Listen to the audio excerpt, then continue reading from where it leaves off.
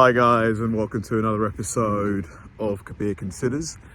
So yeah, back at the park, had a massive breakfast, so needed to stretch my legs and try and help some of this food digest a bit easier. So when I was walking down, I had a thought to myself, like there's some phrases that, I hear quite a lot in American TV shows that over here, they kind of have either like a negative connotation or they're just, not really understood. So I thought it'd be a fun idea to make a little video about, some of those words and phrases and just get you guys' opinion, because I know a lot of my audience is from North America. So I'm sure some of you guys probably use these phrases quite often, or maybe some of these phrases are like not as popular as they were back in the day. So yeah, let me know your thoughts, and if there's any sort of like phrases that we use here in the UK that in America aren't popular or are offensive. So yeah, let me know. So the first phrase I'm going to talk about is the fanny pack. So a fanny pack is basically like kind of like a, how can you describe it? Like a little bag. It's not really a bag, it's more like a pouch, I would say, that you wear with like a strap that goes over your shoulder or around your waist. There's like a famous photo of The Rock when he was younger. He had a fanny pack on, and here they're not called fanny packs at all, because the word fanny kind of has associations with a lady's crotch area, if you know what I mean. So here they're not really called fanny packs. What would they really be called? Like, the thing is, because I've never used a fanny pack, I wouldn't know what to call them. Like, oh my god, maybe a bum bag, because usually people use them like here people have them like at their rear, so maybe a bum bag. But yeah, fanny pack, just the word fanny in general over here, if you were to use it in conversation around like really young people, like teenagers, they'd probably start laughing at you. The next word I'm gonna say that really probably has not really a negative connotation, but more of like a rude, cheeky connotation is like semi.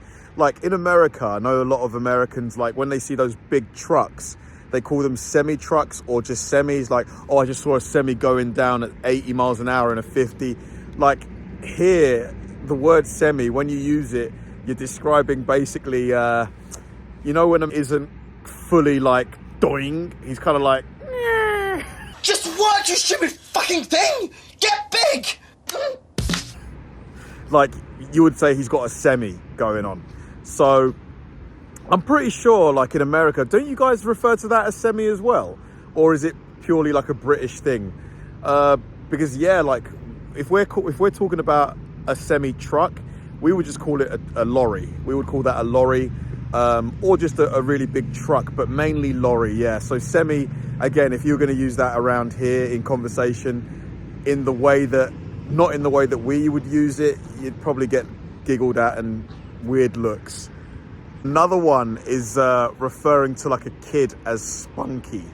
Like that one I would say is a fairly big no-no. Yeah, because obviously we all know what spunk is. I mean, okay, for the few of you that maybe don't know what spunk is, spunk is basically another word here for semen. So yeah, if you refer to a kid as spunky, I mean, how you doing? All right, how you have a seat over in that chair, please.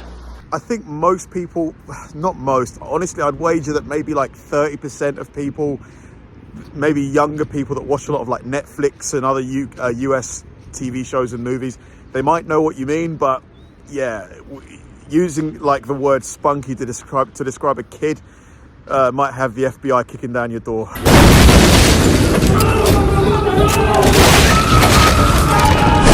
This one I'm sure might cause a bit of controversy in the States because it's quite a popular name, but here, like the name Randy, like you would just never ever, I've never in my life met somebody called Randy in the UK, just because it's when we use the word Randy, and I'm pretty sure it's similar in America, we're referring to someone who's ready to go at it, if you know what I mean.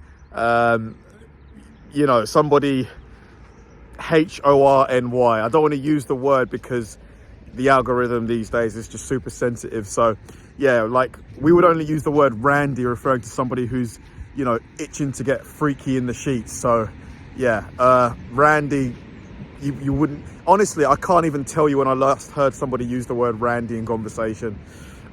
Yeah, so the backwards V sign, so basically the backwards peace sign, like doing that, like do not do that over here in the UK. Don't do it, like, because it basically is telling someone to fuck off. So don't do it unless you mean it in that way, like, because if you were to do that to a random, they would get offended. If you're going to do the peace sign, just stick to the traditional, you know, forward facing V sign.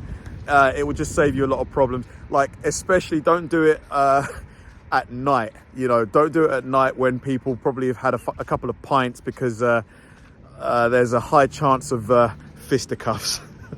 This is a controversial one as well, I would say, because I've heard this word is offensive in America as well sometimes, but then I hear, like, when I was in America, I heard it used quite just, you know, normally, quite, you know, off the cuff.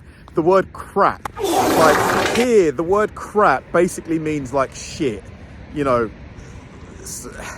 It's weird, like, you know, among most people, like I would say my friends, for example, and our generation and younger, the word crap isn't really, I guess, a big deal, but we still wouldn't use it at work. Like, I would never, like when I was at the CMA or any of my other like formal jobs, corporate jobs, I would just never use the word crap, because, you know, it's kind of, it's not quite a swear word, but it's like a tier below, you know, the main swear words. In America, is the word crap acceptable? You know, could you use it in the workplace? I don't know, I'm not sure. Let me know in the comments. Now, here's an American phrase that I actually only heard of like fairly recently, and I had to Google, you know, the meaning of it. So a Monday morning quarterback. So Monday morning quarterback, I think it's mainly because here in the UK, we don't watch American football. I mean, it's growing, especially because, you know, you've got NFL teams coming over once or twice a year now and playing games. But Monday morning quarterback, didn't have a clue what it meant. I think it means someone who makes decisions, is always making the right decisions on the Monday morning. And that's because on the Sunday, that's when the NFL game usually is. So something about like hindsight being 2020, something like that. I think I've probably bodged it up. Like, what is the actual meaning of Monday morning quarterback? I think that's kind of what it means. Someone who, you know, with hindsight makes all the right decisions. But let me know if that's incorrect. Now, this is one that I couldn't even find a proper definition on Google, but I have heard this, like, for the bees, like that's for the bees. What does that mean? Like, I'm trying to think in my head, for the bees, like, because when I Googled it, the only definitions would come up were as the bees or something like that. Like, I couldn't find an actual definition of for the bees. I'm just trying to think. I genuinely cannot make any kind of connection in my head as to what it means. So yeah, please, in the comment section, let me know what for the bees means. So yeah, that's what I've got so far. There's definitely loads more that I've forgotten, but those were the ones off the top of my head. I might make a video on phrases that are rude in the US, words that we use in the US that are like kind of like offensive and rude in the UK. But yeah, let me know what you guys think of, and please let me know what for the bees means, and what a Monday morning quarterback is, because I'm sure my definitions weren't correct. But yeah, thanks for watching, guys, and I'll see you in the next one.